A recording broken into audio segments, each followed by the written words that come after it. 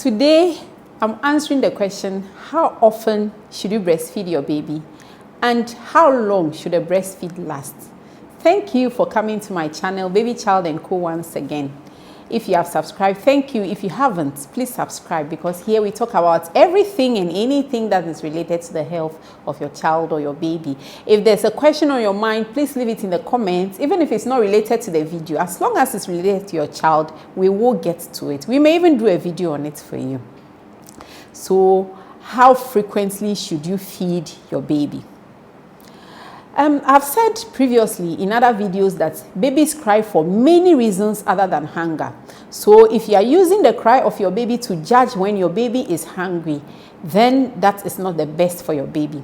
When a baby is hungry, you find that they are awake, they are alert, they are making small noises, they are turning round. They actually turn towards the breast. You find that they have turned toward the breast. They are trying to find the breast where the smell of the breast milk is coming from. They may take their hands towards their mouth.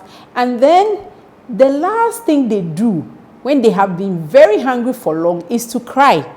So it's good that you recognize these cues that your baby gives you when your baby is hungry, and don't wait till the baby starts to cry, because babies are different. Some babies are so temperamental. A crying baby may refuse to take the breast milk, and then when they are crying as well, they tend to feed too fast. So sometimes you see that they are feeding and then they have to cough because they've just opened their mouth and they are gulping, and then they cough as if the breast milk is choking them. So it's good not to let it get to the point of crying before you feed your baby. So how often should you feed your baby? It depends on your infant's hunger cues. So you know these cues that I've talked about, and then you feed in a responsive manner. Responsive means that you are responding to the baby's hunger cues. So you feed as often as the baby wants. When babies are born, newborns, they may feed hourly, or some of them may feed and it may take 3 hours before they feed again, or 4 hours before they feed again. So feed on demand. Feed in a responsive manner to your baby.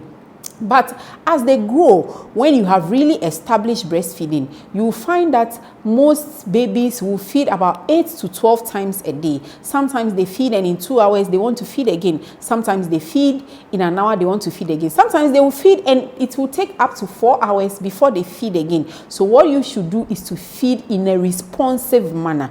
Babies are different. If your baby wants to be fed every hour, you should do so. Longer than an hour, you should do so.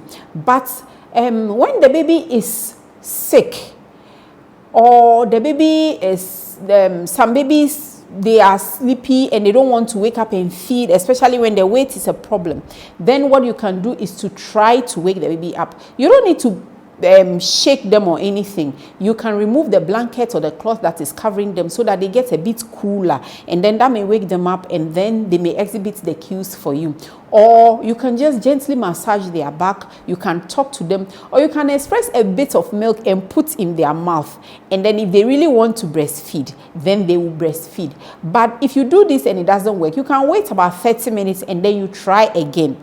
Sometimes babies are born because of medications that is given to their mother, or they may be sleepy for many reasons, and then you can try this for them as well. But if your baby is really not gaining weight and you take your baby to the hospital, the doctor may give you a regime. The doctor may say that, oh, because the baby's weight is not good, feed every 3 hours, feed every 2 hours. But generally, babies should be fed in a responsive manner, which means that babies should be fed on demand.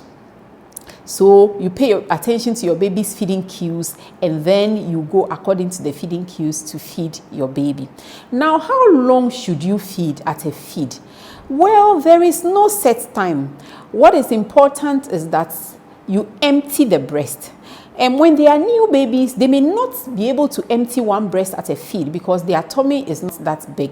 So what you need to do is that if they are unable to empty a breast, the next feed you can start with that breast so that they get the foremilk and then the hindmilk. The foremilk is the initial milk that comes out. It's designed more to quench the baby's thirst. The hindmilk is the one that contains a lot of fat, and that is what tends to keep the babies fuller and also makes them gain a lot of weight. So, and especially as they grow and they are able to empty the breast. breast, let them empty the breast, and then you can switch to the next breast. It is not necessary for the baby to empty both breasts at a feed, because if the baby gets full, then the baby cannot empty it. But just take note of the one that was not emptied, and then at the next feed you start with that one. So there is no set time. You don't need to watch your clock. What you need to do is to watch your baby. Watch how your baby is behaving. Once your baby is full, they let go of the breast. Now, some parents have complained to me that the baby will stay on the breast for a long time. If your baby stays on the breast for more than 40 minutes, there are certain things you should consider. The first is that maybe your baby is not attaching to the breast well, and so your baby is not actually removing breast milk from the breast as it should be. And because your baby is not getting enough, that is why your baby stays so long on the breast. So when we say attachment, what does it mean? It means that when your baby comes to the breast should be touching the baby's chin, and then the baby's mouth should be wide open. You will find that the nipple goes into the baby's mouth.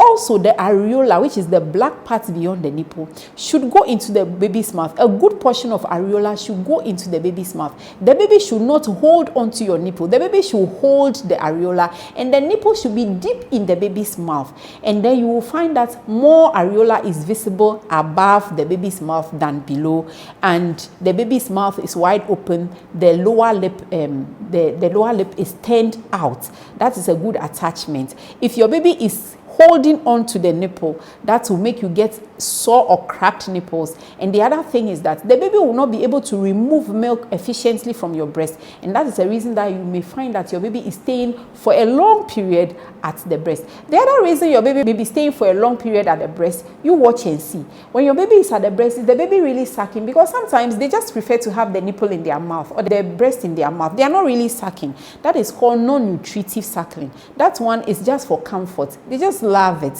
When you are breastfeeding, they know you are near them. They have the nipple in their mouth. They just love it. It's for comfort. So it's not necessarily because your baby is not feeding well.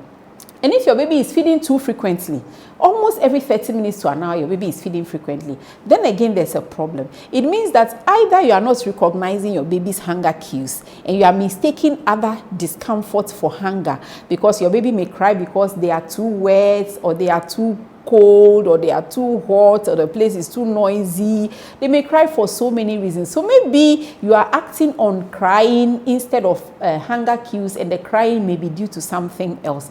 The other thing is, it may also be that because you are feeding so frequently, they are getting only foremilk, and so they don't stay full. Again, the attachment may also be a problem. So that is something you should watch for when you are feeding your baby. Your baby should hold not your nipple, but should hold the areola, which is the black beyond the nipple. The nipple should be in the baby's mouth, far in the baby's mouth. Your baby's chin should be touching your breast, and the baby's mouth should be wide open. When you are feeding your baby, you should not be hearing sounds like, you should only be hearing gulps. The baby is gulping your breast milk. That is what you should be hearing. That's also something to pay attention to. Now, for sick babies, concerning how often you should feed, for sick babies, even though I have said that the baby will let go of the breast when they are full, sick babies may let go of the breast because they are tired of sucking. Actually, sucking is hard work. It's hard work for the baby. So a baby who is sick or too small may let go of the breast, not because they are full, but because they are sick. So what you should do with those ones is to top up the feed. So when they have let go of the breast, you should express some of the milk and feed them. It's best to use a cup and spoon to top up the feeds rather than to use a bottle, because a bottle can cause what we call nipple confusion, in addition to problems of hygienically cleaning your bottle. So babies that are sick or they are of very low birth weight, they may let go of the breast, not because they are full, but just because they are tired, and you should express and top up for them. That's one, your doctor will help you with that decision, will tell you whether the baby needs top up feeds or not. So thank you for watching this video. If you have questions, please leave them in the comments. We are happy to take them. Visit our blog, babychildandco.com. When you do, consider joining the parenting club. It is free. Everything we do is free. There's even a community forum that you can join. Ask all the questions that you have. Also free as well. Remember to subscribe. Please subscribe and share this video as well. Thank you. Bye.